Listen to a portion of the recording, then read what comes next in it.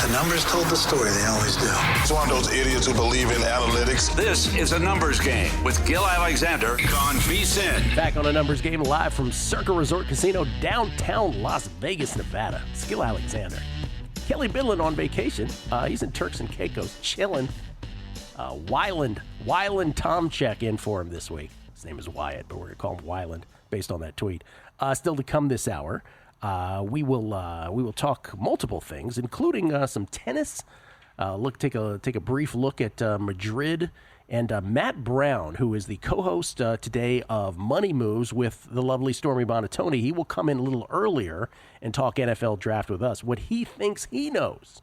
And don't forget, after Money Moves, this will be live on our YouTube channel. So Drew Dinsick, Luke Swain, known as Vegas Refund, and I will do an NFL draft podcast, and we'll do that on the VSiN YouTube channel. You'll click on live. We will be there at 2 p.m. Eastern, 11 a.m. Pacific, to break down what we think we know, what we have bets on anyway, in the 2025 NFL draft, the 2025 NFL draft, which is a little more than 48 hours away. And to join us now to talk about it briefly is the aforementioned Drew Dinsick, the co-host of Not One But Two podcasts, the Deep Dive with Andy Molitor. Andy was on the show yesterday, and of course, NBC Sports Bet the Edge.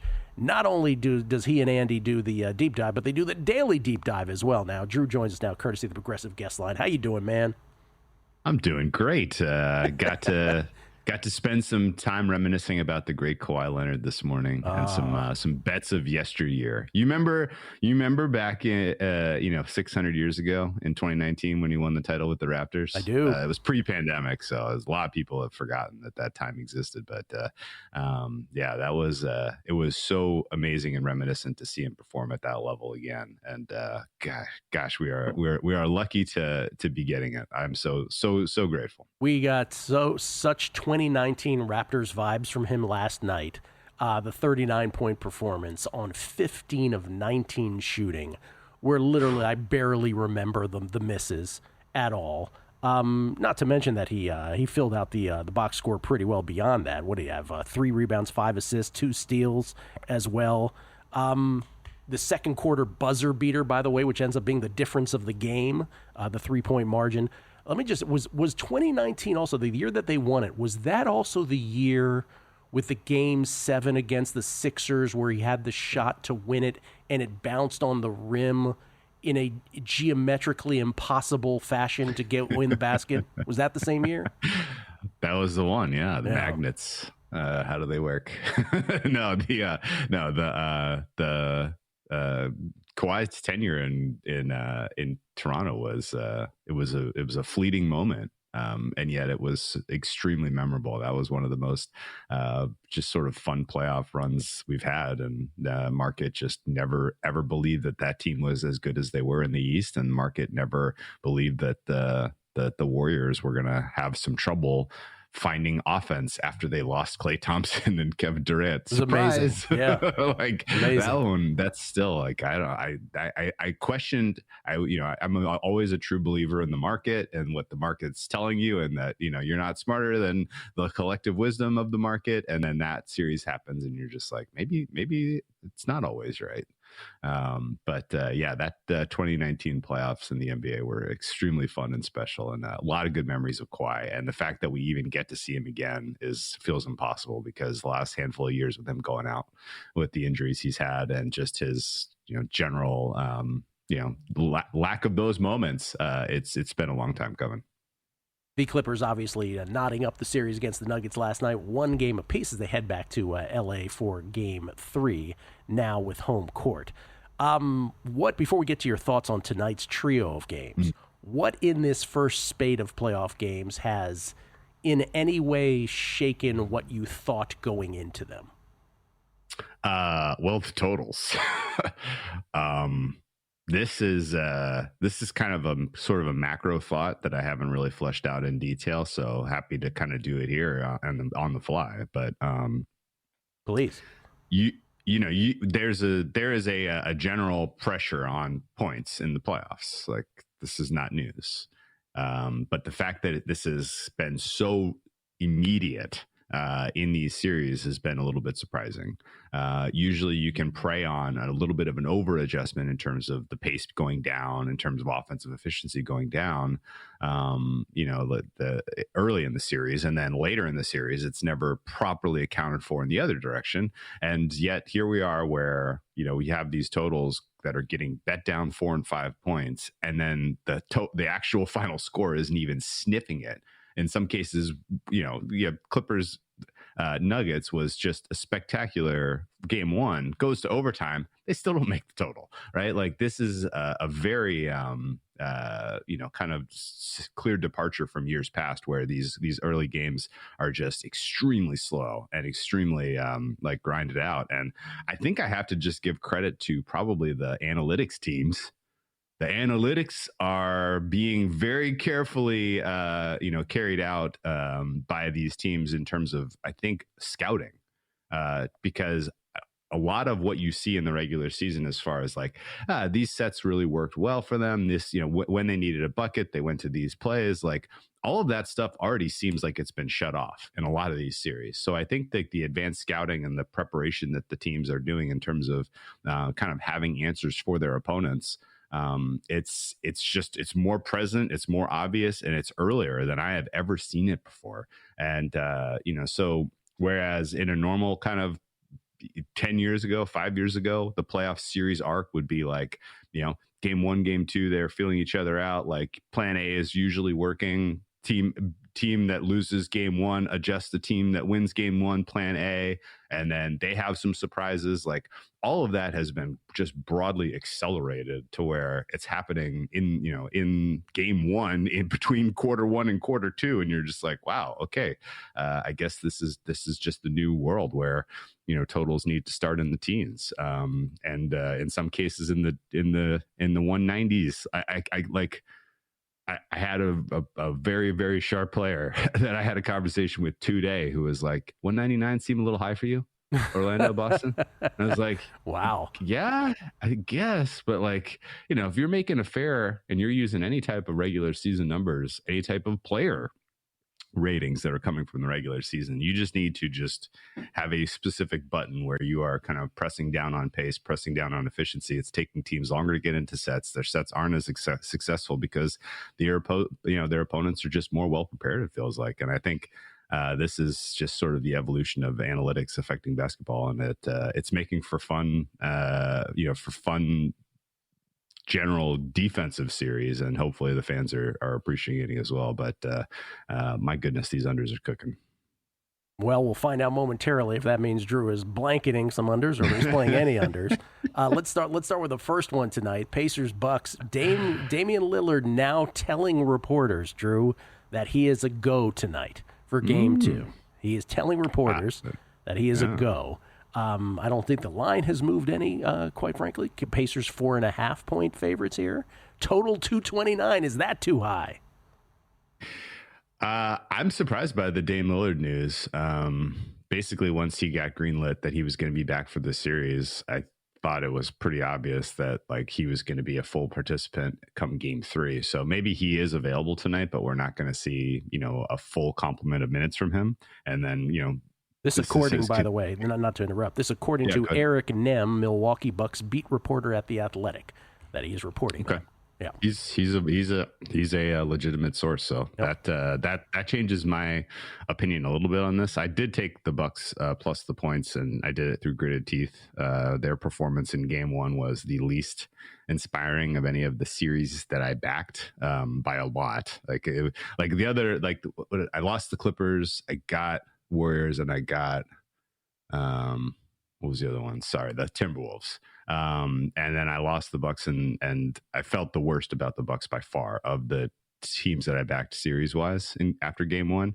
But I also felt the most hopeful that there were enough adjustments that they could certainly put together a better performance here in game 2. I thought the rotations from Doc Rivers were atrocious. in game one. I don't understand at all why they went away from what was working so well for them at the end of the regular season in terms of putting guys who can create spacing around Giannis and letting Giannis be kind of the gravity and the focal point of the offense, and letting the spacing and the guys who can shoot. And I expect that they go back to more of that in game two. This Pacers defense still is somewhat suspect in my opinion, and I think just in general, this is going to be a competitive series, and I don't think the Bucks are out of it yet. Dame Lillard being back, even giving them something like 18 to 20 minutes would be a huge bump over the minutes they are getting out of some of these guards right now. So that's exciting to me if it actually is real, and even if it's not, then I think the likelihood that we see a kind of a full complement of Lillard minutes in game three is likely, and this Bucks Pacers series I think is going to go the distance. As we speak, a tick down to 4 now on the Pacers. So there you go. Moving on the news right there. So Bucks through gritted teeth is Drew's play on that game. Anything game 2 tonight? I've already said, I said this yesterday on the show, I see no reason why not to lay the points with the Thunder again. You? I have no exception to that at all. The Cavs and the Thunder were the two, I don't want to say obvious, but the pretty straightforward chalk looks on Sunday. And I thought I thought what you got out of Memphis was obviously it was a little bit of a fatigued effort. But overall, my number right now for the Thunder is 15.2 in this game. So if I'm betting anything, I'm laying Thunder. 15.2, yes. Very precise. Okay, we'll get Drew's thoughts on Lakers T-Wolves game 2. Is he betting that similarly tonight in the proverbial must-win for the Lakers?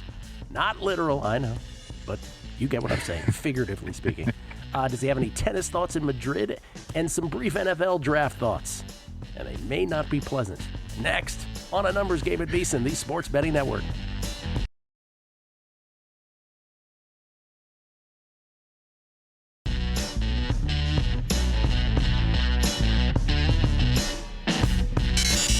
Game on VSiN, the Sports Betting Network. The NFL Draft is one of the few betting events where research beats reputation, and VSiN Pro helps you cash in. Right now, get VSiN Pro access through August 1st for just $59, a full summer of sharp betting insights at half the regular price. With VSiN Pro, you'll get daily best bets, including sharp insight into NFL draft props, real-time betting splits from DraftKings and Circa, 24/7 video access on the VSiN Watch app, full access to VSiN.com's analytics, betting trends, and expert breakdowns from the draft to the Derby and beyond. Every sport, every edge, one low price. Sign up now at VSiN.com/subscribe. That's VSIN.com/subscribe. Gil Alexander along with Drew Dinsick, who's kind enough to join us for a second segment, and once again, a little later on today, 2 p.m. Eastern, 11 a.m. Pacific, on the VSiN YouTube page. If you go to live, we will do our NFL draft pod, and it'll be, it could be brief. We'll see. I don't know. We'll see what we have, what we think we know. We'll get to that momentarily here on the show. Before we move on from the NBA, though, Drew, by the way, Drew,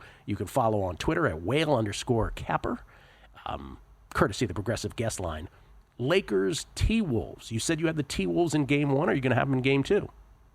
I have gone a different direction in game 2. I like the over here. You can kind of caveat that with all of the qualifications off the top about defense and everything. But this is absurd. 210.5. I mean, this is too much of a move here. The Lakers had just a horrendous night shooting in game 1. In average, I didn't see anything about the way the Timberwolves were playing defense in that game that said like this is sustainably going to keep the Lakers under 100 points a game.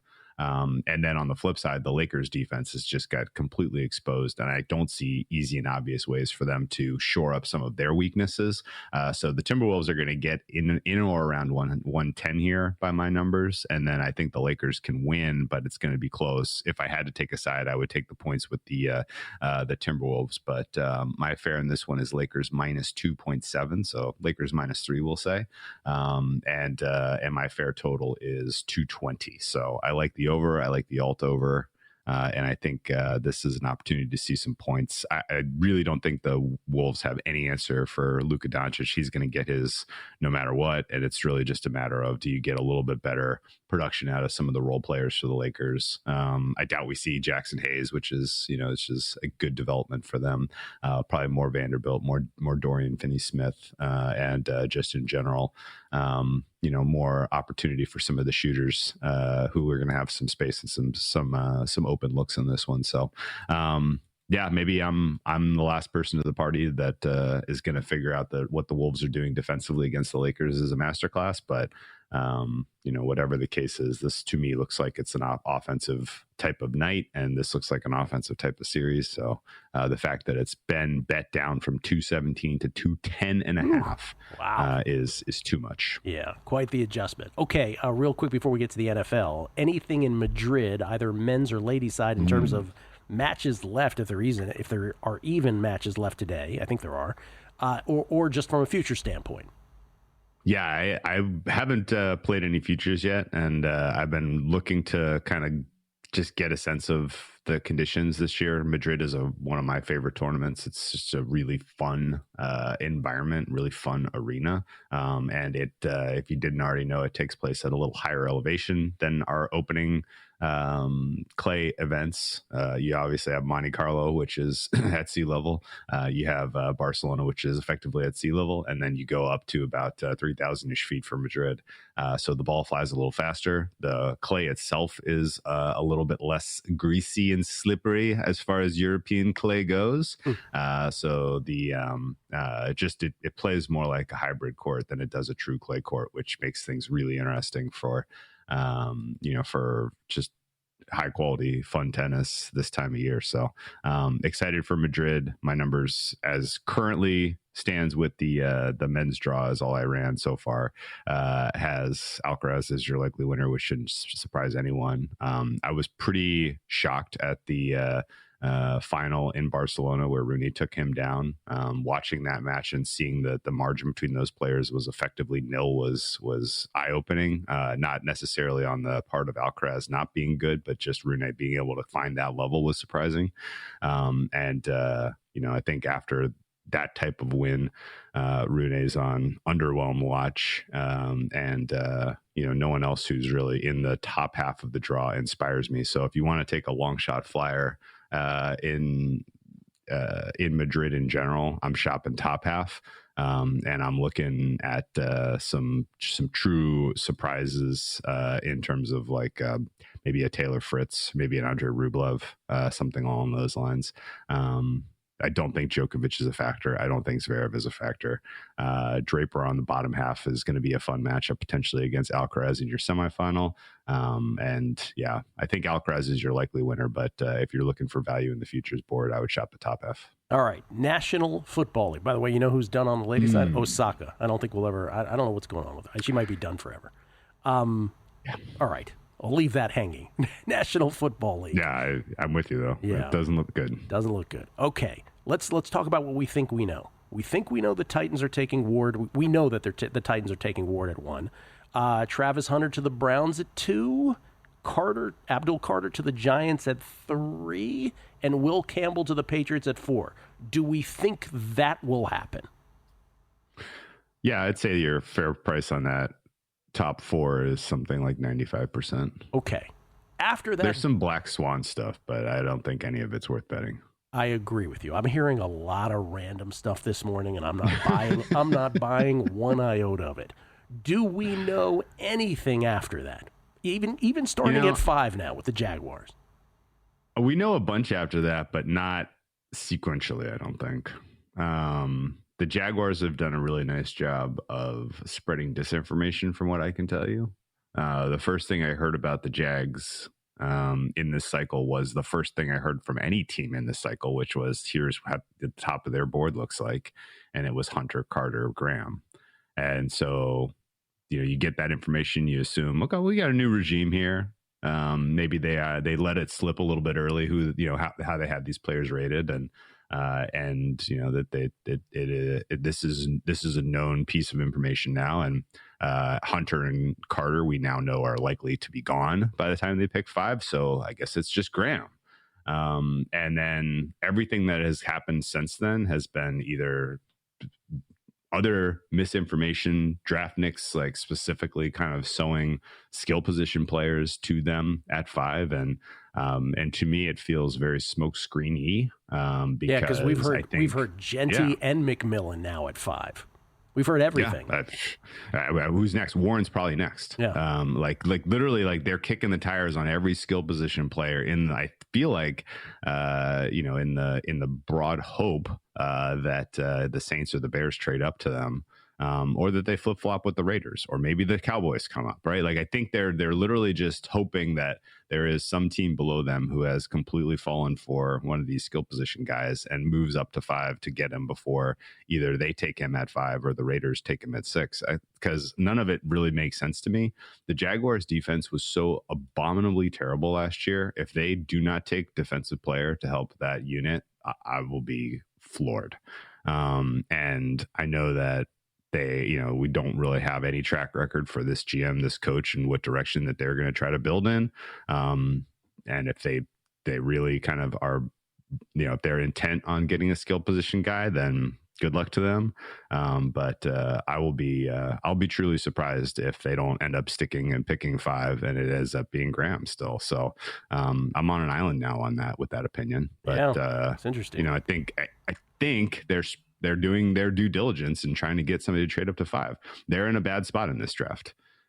Taking a defensive tackle is not sexy there. Their fans are going to be disappointed with this new regime if they take a D tackle, no question.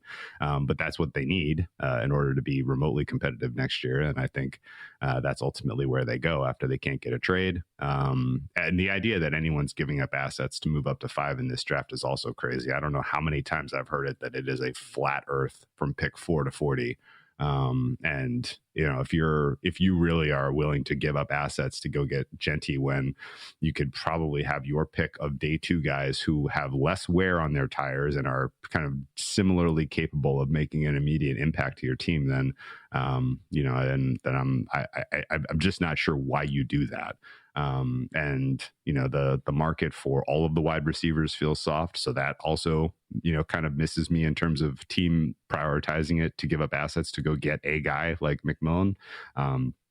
The tight end market is also similarly mushy at the top where there's no stratification between the best guys there. And so, my guess is that this becomes very chalky, very boring, and I will be watching Nuggets Clippers on Thursday.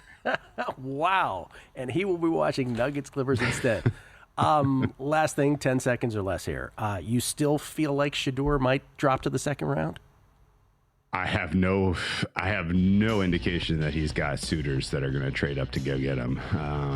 And I think actually, you saw the big move yesterday was under 2.5 quarterbacks. That thing got absolutely nuked. Because that was McShay who said that. McShay said that on his podcast. I think that's what's not even just that, but like find the team that's really going to go out of the way to take a second guy. I just don't see it. So there may be one. But you know how first rounds are with quarterbacks. We'll see. Drew, I'll talk to you in a couple hours. My man.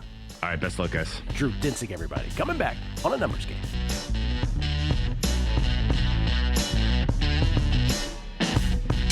A Numbers Game on VSiN, the Sports Betting Network. Edge Boost is the first ever bank account built for bettors, ensuring all gambling transactions are approved, no usage fees, no minimums. Earn cashback rewards, 100% approval for all betting deposits. Sign up today at edgeboost.bet with promo code ANG. Hit it, Wyatt. ANG. I forgot that we were doing that. My apologies. I was staring at this beautiful belt here. As in a numbers game. A numbers game. There we go. Deposit $25 and Edge Boost will match the deposit. That's edgeboost.bet. You had one job, man. One job. We get tweets at Beating the Book. Always appreciate the feedback. Primetime Cowboys _Cubs1. Yo, I'm sorry. But Kelly Bidlin's future replacement, Weilers, he's calling you Weilers now, had the line of the week yesterday explaining wrestling's heel turn. He slipped in like when KD signed with the Warriors. Yeah, I caught that. I didn't react, but I caught that. Could have used like when Dion signed, stole money from the commies also. Primetime is just... I was like 6 years old for that one, so... Primetime is just mad because the Cowboys have not been to a conference championship game since, I believe, the William Howard Taft administration. Do you enjoy that now that the Commanders made the NFC Championship game last year? Like just watching the Cowboys pain. Oh, it's fantastic. Fantastic. That's why Dave Ross doesn't talk to you on the way out. He just can't take it. D-Gen Southern Gent. Gil, your reaction to Base Winner telling the viewing audience about his long jump coach would lead me to believe that you don't have one. You are correct. He goes on to say, with all due respect, Gil, what are you even doing with your time if you're not long jumping at least 3 times a day? You're absolutely right. The only thing more ridiculous that Base Winner could have said is that he has a triple jump coach, which is even more awkward, right? Or, I don't know, that he was doing the steeplechase or something. Like a steeplechase coach. I will say, every time Mark Borchardt comes on air, something new. It's always surprising. He's a walking soundbite, and I love it. Heck, it is ridiculous. By the way, the elephant in the room, or just the belt in the room, here for those watching us at VSiN.com, the VSiN app, wherever you might be watching us here, YouTube TV, that is our buddy Andre who works here. What is Andre's title? Associate producer, Mr. Andre. He went to WrestleMania 41 and he purchased this belt, this lovely Vegas Golden Knights championship belt, for lack of a better term. And he paid how much for this? Oh, I don't want to say. Because then Andre's family's going to be like, where's my birthday money, birthday presents this year? Okay. When it went right to. He paid an exorbitant amount for this belt. It was less than 4 figures, but above $500. So that's right. It rhymes with fix, mundred, and nifty. Something like that. So I asked him, he said he was walking around with this. You were at WrestleMania, you said everybody's walking around with these belts? It was unbelievable. And some of these belts that people were walking with were as big as them. I'm like, oh, you guys your shoulder must just be like out of place. You're carrying this for 4 hours. So I asked Andre, I said, so what do you do? Are you going to walk around town with this? He's like, no, he's just going to display it in his house. But he did let on that if he goes to a Vegas Golden Knights playoff game, he will bring this and wear this. I would do it. I would definitely do that. Yeah. I mean, this thing is legit. It looks so cool. I might have to steal this on the way out if Andre can chase me down. Definitely, I would have this in my home and I would walk around with it a couple times. I'll never understand you millennials or I am a millennial. Gen Ys or whatever. No. You can look. You Gen can call me. Z. You can call me Wyland. You can't say I'm anything but a millennial. I love you people though when you listen to the show. Just I don't understand the belt stuff. We want to do this now because Matt Brown is coming on to talk NFL draft with us before he does Money Moves with Stormy. We'll do our G-Bank Best Bets of the Day right now, courtesy of the official bank of VSiN G-Bank, and we have a bevy of them today on the show. I think I'll start with mine. I'm on the Thunder. I talked about this yesterday with Carl Sack. He's on it too, I believe. Thunder minus 14.5. Put that one in early. By the way, Drew's in the challenge also, the VSiN Killer Sports NBA Handicapping Challenge. He's 0-0. I reminded him gently off air. I'm like, Drew, you got to put in your picks. He goes, oh, yeah, I know. I wasn't aware of the deadlines every day when you had to put them in. So he's playing now too. Thunder minus 14.5 for me. And this one I played last week right after Luke Swain was on with us. I mentioned that I played it. I ran right after Vegas Refund Luke Swain, who's going to be on again, the Beating the Book NFL Draft Podcast, which will be on our YouTube page. Live, click on live at 2 p.m. Eastern, 11 a.m. Pacific. Drew, Luke, and I will do the Beating the Book NFL Draft Podcast. Hope you'll join us for that. But he came on last week. He's like, and we talked about this with Andy Molitor yesterday. How can you exploit this draft? In a draft where we know very little, how can you exploit it? Play teams, positional players. And asked for an example last week. Luke came on here. He said Saints to go defensive line /edge plus 650. MGM had a 7-1. I bet it then. I don't know if it's going to happen, but let me just tell you this. If it does, it makes my entire draft. Draft is a winner. Jay Kahn on the NHL tonight. Not only does he have the Lightning in the series, but he's got the Lightning tonight in Game 1. And again, he struggled with, if you have a team in a series, Lightning against the Panthers, do you play them in Game 1 too? And the answer for him is yes, he is playing them. And then he's on a prop in the Devils game. He is he's playing Jacob Markstrom to have over 25.5 saves. Jacob Markstrom to have over 25.5 saves for the Devils. He said that he would play it up to 26.5, and then he even allowed 27. But 25.5 is where he got that. So Jay Kahn with a couple hockey plays tonight. Mark Borchardt in baseball. He's got a parlay. Wouldn't be a Mark Borchardt segment without some long jumping and a parlay. He's on the Twins Diamondbacks parlay today. That pays plus 133. And then for a straight bet, he's got the Padres. Is he on the Padres or is he fading the Padres? I thought he said he was on the Padres. We'll have to check on that. Well, that's I don't know. Maybe I misheard that. I'll double check. All right, so we got it as the Padres minus 105, but I'm a little skeptical. Nick Whalen, the co-host of Prop Points with Jeff Erickson here on the network, he's got a couple NFL draft props. Travion Henderson to go first round, plus 170, the standout running back from Ohio State. And Jackson Dart, taking a flyer on Jackson Dart, the Ole Miss quarterback, to go top 10, plus 450. How about that? And again, I sort of get the sentiment, right? Because it's like, hey, quarterbacks, you're nothing without them. Will some team go crazy? And then in the NBA tonight, Andrew Nembhard over 10.5 points and Aaron Wiggins over 10.5 points. A couple NBA props from Whalen as well. And then Drew, the aforementioned Drew Dinsick, he's on the Bucks tonight, plus 4.5. That's already ticked down to 4 on the announcement that Damian Lillard is telling reporters he's a go tonight. And he is going against the grain. He thinks the adjustment on the total in the Lakers-Timberwolves game is too dramatic, so he's going over. Lakers T-Wolves over 210.5. I'm inclined to agree with him on that. Do we have Joe Pita checking in today? Yes, sir. We do. Joe Pita is back with some baseball plays. By the way, Joe Pita's record right now, in terms of the baseball plays, he's been kind enough to provide on the numbers game this year. He is 21-20 for plus 0.46 units. Oh, the Mendoza line. We got to stay above it. He's got 4 plays today. He is on the Tigers, the Marlins, the Mariners, and the Mets. Tigers, Marlins, Mariners, and Mets. Only the Tigers are a short favorite. Everybody else, a short dog. So thank you to Joe Pita for those plays as well. Do you have any plays, Wyatt? Nothing from you? No? I will say on Friday I might get you some NASCAR plays. Oh. They're at Talladega this week, and that's one of the chaos tracks where everybody really has a good chance to win.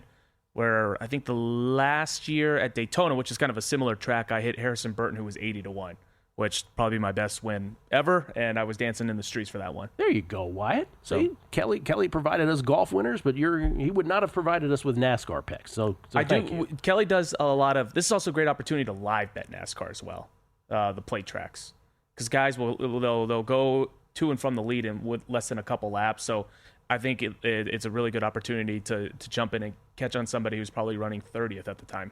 You love NASCAR. You're a NASCAR wrestling guy. Yes, I love them all, except I need to get into tennis. I will say, since working here, I know a lot more tennis names. Okay. I know how to spell them a little bit better. That's a start. I appreciate that. Best Bets brought to you by GBank, the official bank of VSiN. GBank upping the ante with up to a $750 bonus for new GBank Visa Signature Card customers. First new customers who spend $1,000 on eligible purchases within 90 days from account opening receive a $250 bonus. In addition, if you spend $50,000 on gaming and sports app loads within the 30 days of account opening, you'll receive another $500 bonus. That's potentially a $750 bonus. Apply now at VSiN.com/GBank. That's VSiN.com/GBank. Subject to credit approval. Terms and conditions apply. Drew and I briefly talked about Madrid. ATP and WTA tours are in their 1000s in Madrid. These are the clay court tournaments that lead up to the French Open, which is in late May. We still have to play in Rome in between now and then as well. But Madrid is a big one. And on the ladies' side, you have 2 co-favorites, 2 co-short shots, Aryna Sabalenka and Iga Swiatek, both at plus 330. Swiatek's draw will feature, she starts with her second round match, she got a bye in the first round, against Alexandra Ayala, who is the young Filipina girl who beat her in Miami, shockingly so. She starts out, but this obviously on a different surface now, Iga's surface on clay. And then if she advances to the round of 16, which she always does, it's literally been like 50 tournaments in a row with, I think, well, there was one exception. I think there was a Wimbledon where she didn't. So there was one exception, but that's grass. But literally, she never loses early. So plus 330. I haven't bet it yet, but let's just say I'm thinking about it today. When they repost them, because they're not up right now. Ladies are playing right now in Madrid. We'll come back. Matt Brown, our own Matt Brown, right before Money Moves, kind enough to join us to talk some NFL draft. That's next. Numbers Game, VSiN, the Sports Betting Network.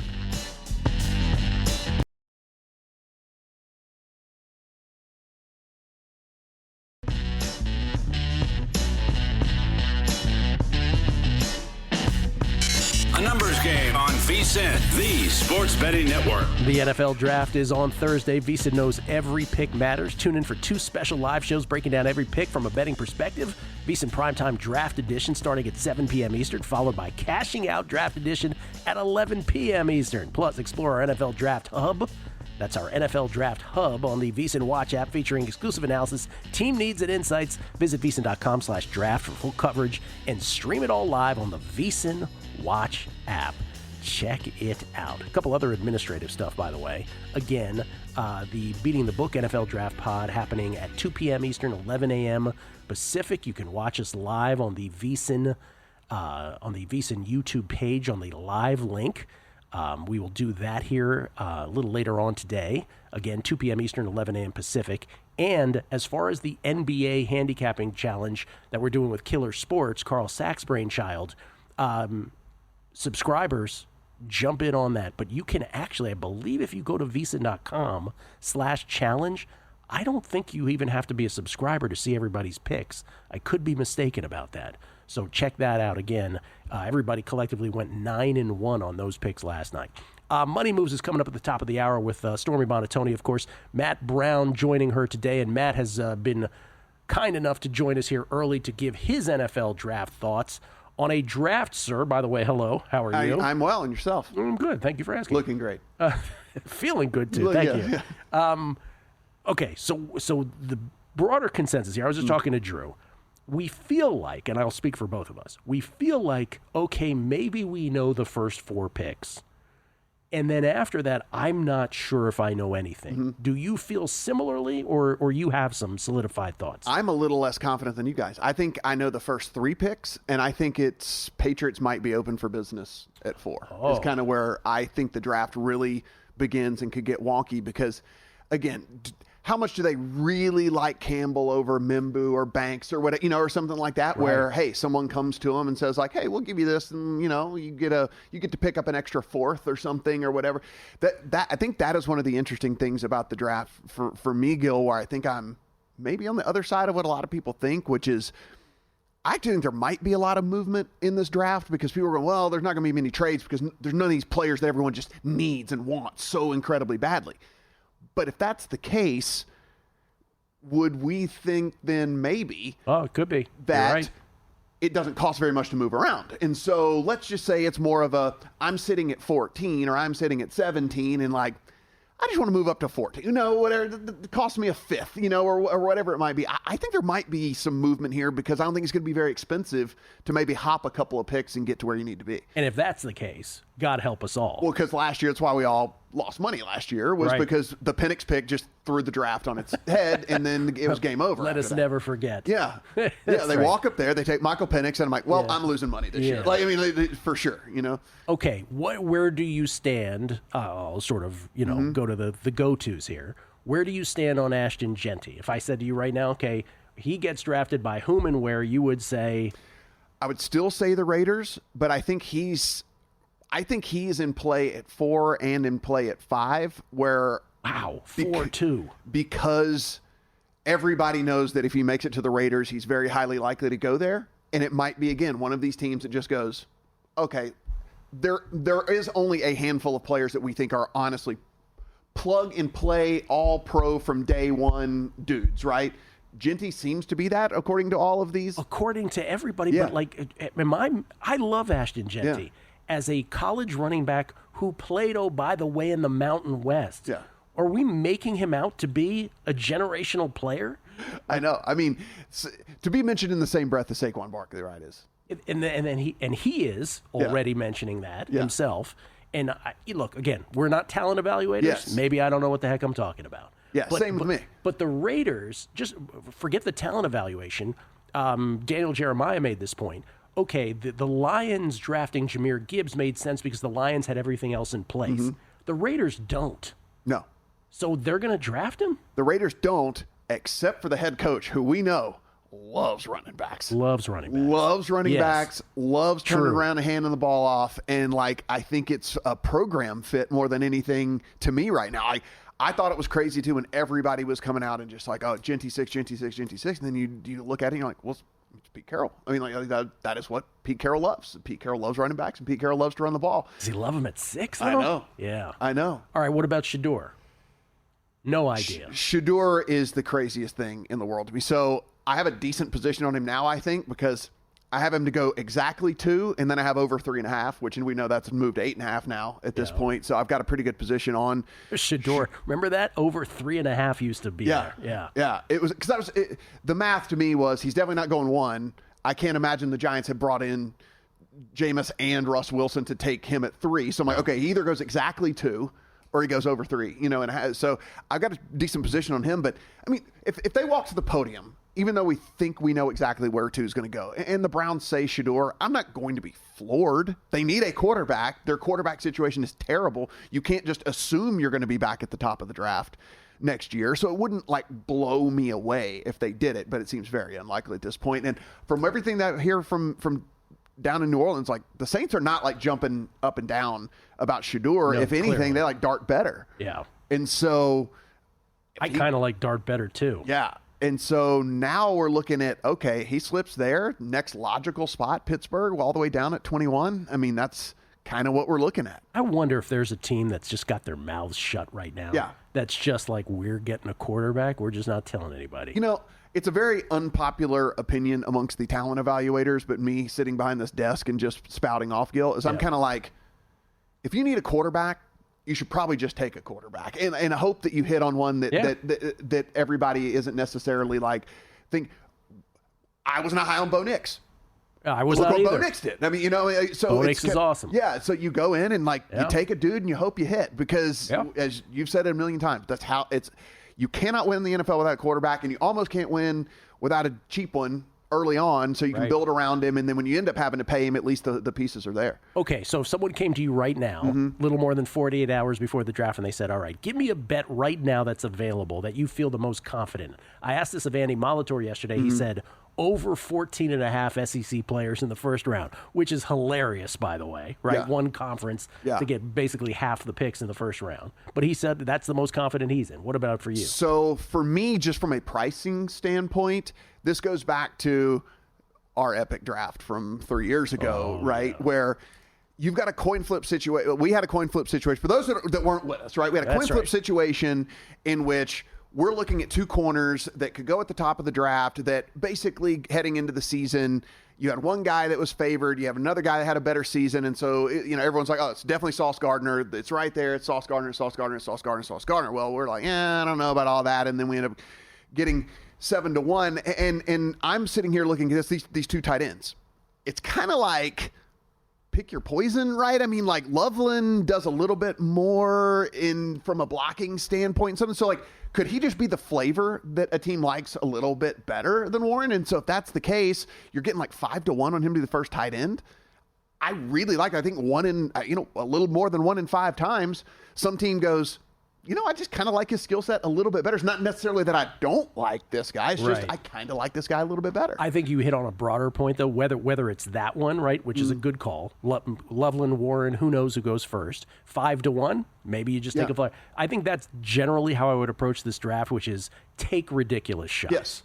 Because in a draft where you don't know much, that's the way to play. Whether that's positional, the way that I played it. Hey, New Orleans did the Luke Swain thing. New Orleans to draft a defensive lineman first, 7-1. Yeah. Sure, if that hits, that's my draft. Right. And I think that because if it does play out, like I say, and I think that it will be a little bit easier to move around and it's not so expensive to move around, then that strategy you just mentioned is the only strategy, right? Because it's going to be someone going, well, we thought we were going to be drafting here, and this is who we were looking at, but we can move up 4 spots and get this guy that is position XYZ that we didn't think was going to be there, get him like you said. So now, you start to look at these positional things where I think the position to be drafted by is a market that we can still bet like up to right now and take some of these long shots, right? Like you said, like you go in and it's like, if everybody thinks they're taking an offensive lineman or everybody thinks they're taking defensive lineman, could they take a wide receiver? Is there a world that exists they take a wide receiver or take a corner or whatever? I think that's the way to go about it. Especially if they want an offensive lineman, but then there's a run on them, which they can't anticipate. And then it's like, well, I guess we're not taking the 3rd or 4th best offensive. I think that's the big brain toggle. So again, 3-4 years ago, we would kill the draft, right? 8-1, 12-0, whatever it was. That draft where Stingley went 3rd to Houston was sort of, that ought to have been the toggle where it's like, okay, the only reason we won that draft is because that happened. It wasn't like the run out ATM like before. And now these last couple of years, it's just much more difficult. Yeah. If we get a Penix situation again on Thursday night, I will lose money yet again, right? If some team walks up there and just goes absolutely bonkers off the board, well, I'll lose money again. All right, Matt is sticking around for Stormy, of course. Actually, that's his real gig here. He was just kind enough to join us on the last segment of A Numbers Game. Thank you, Matt. I appreciate it, sir. Stormy and Matt with Money Moves next. Again, the Beating the Book NFL Draft Pod live on the YouTube page at 2 p.m. Eastern, 11 a.m. Pacific. Check it out there. Enjoy from VSiN, the Sports Betting Network.